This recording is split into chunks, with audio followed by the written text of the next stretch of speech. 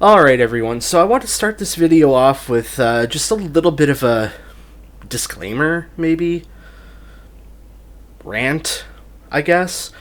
For those who don't know, I do album reviews for UltimateGuitar.com, one of the biggest music sites on the internet, and it's no joke. I do this for money, and it's a real job. It's a legit prospect for me.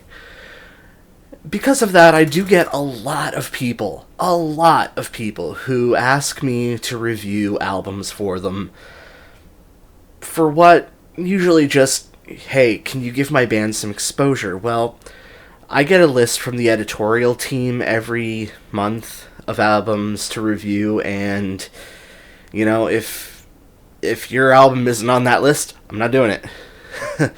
But, I do run this YouTube channel.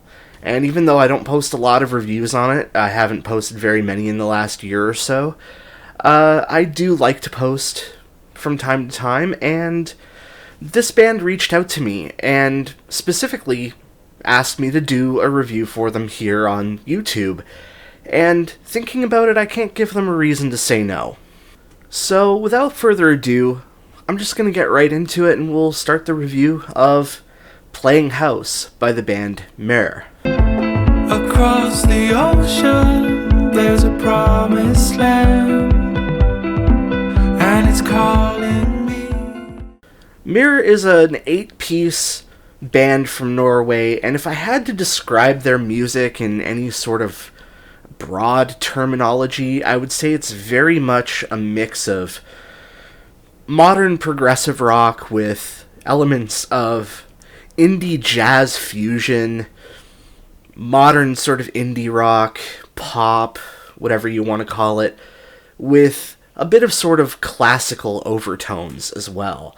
And that is, of course, how they describe themselves on Bandcamp and other promotional pages they run. They are an 8-piece, so there are quite a few musicians, 2 vocalists, Johan and Knut Kippersund. I hope I'm pronouncing these right. I'm probably going to butcher a lot of the Norwegian pronunciations of things. The guitar player, Ivan Stromsad, is somebody that he's the one who reached out to me to do this review. I've had him on Facebook as a friend for quite some time, and we know of each other through the Remedy Lane forums back in the day when Facebook didn't exist, and BBS bulletin boards were the way to go, and that was the Pain of Salvation fan forum. We've got Asa Ree on violin, Ingvild, I'm reading off notes here, Ingvild Norstoga Eid on viola, Oleg Jostal on piano, Morten Stripet on bass, and Mats Lillehaug on drums.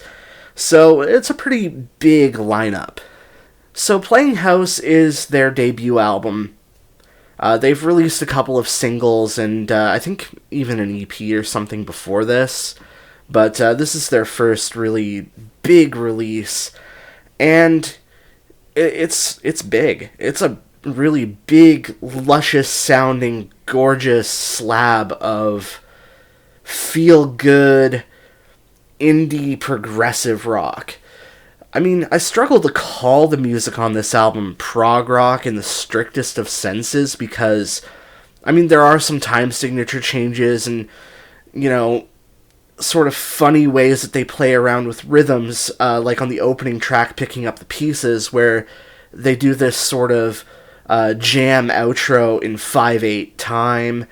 And, you know, there's some really cool syncopation in the single Beehive on the piano. But this isn't going to be like a Dream Theater kind of prog experience where, you know, you're bombarded from all sides by instrumental solos going on. And no, this is more of a laid-back sort of singer-songwriter kind of prog experience. Something similar to what you might find with bands like The Deer Hunter, Bent Knee, even later era Pain of Salvation themselves, who have sort of transitioned from that Dream Theater prog approach into more of a singer-songwritery type kind of mindset. And this band really knows how to flex their pop muscles as well as their progressive tendencies. You can hear this on tracks like You Were a Drum, where the vocal delivery is very much in keeping with modern pop standards, yet there's still this really cool proggy drum groove that happens underneath it. It's just a fantastic juxtaposition of sounds. About the closest this album really gets to that sort of progressive metal pomp is almost at the very end of the album. The closing track, Lay It Down, brings this really pounding, heavy, aggressive guitar motif that really is sort of like the album's big prog metal ending. And that's really about as heavy as this record gets. This isn't a metal record by any standards, but there are some very great guitar moments. Usually they're not solos. There aren't really any traditional guitar solos on this record, but a lot of really good ambient guitar picking parts. Across the Ocean's probably my favorite in terms of the sort of cross-picked chord progression that goes on throughout it. Very much reminds me of something Steve Vai would write. And even though this is very much steeped in sort of pop music, there's still a lot of very dark elements to it. Tracks like Honey, the one I mentioned, Picking Up the Pieces, Songs of Us. There are some really, really great moments on this album, too, where it sort of kicks back into a more ambient kind of motif.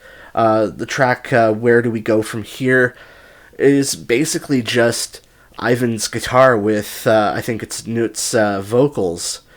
Just male vocalist and a guitar going off of one another. And one of the sort of funnier and cooler moments on this album is the bonus track, which I believe the band has already released at some point. A cover of Whitesnake's Here I Go Again, but done in a very sort of jazz pop style. I don't know if I'd say it's funny, because the song itself isn't really funny, but it's not a style I would think of when I think of this Whitesnake classic rock staple. And yet, they managed to make it work so well. So really, talking about the songs themselves, talking about the members of the band, what kind of highlights and contributions they've brought to the table, it doesn't really do enough to really spell out what's so great about this album. It's just such a warm, welcoming record that you put it on and you can just lay back and listen to this front to back, no problem. It just sort of wraps you in its warm embrace, and I love records like that. I mean, even in the metal sphere, some of my favorite records of the last 10 years include, the Contortionist's Language and Clairvoyant records, which, have a very similar sort of aesthetic, but with heavier guitar riffs.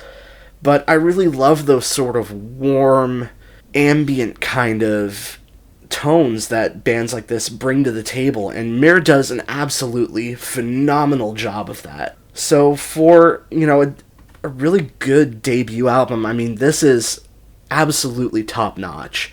These guys play like they have been together for decades. They play like consummate professionals. The production on this record is absolutely fantastic, and it sounds superb on my audio setup.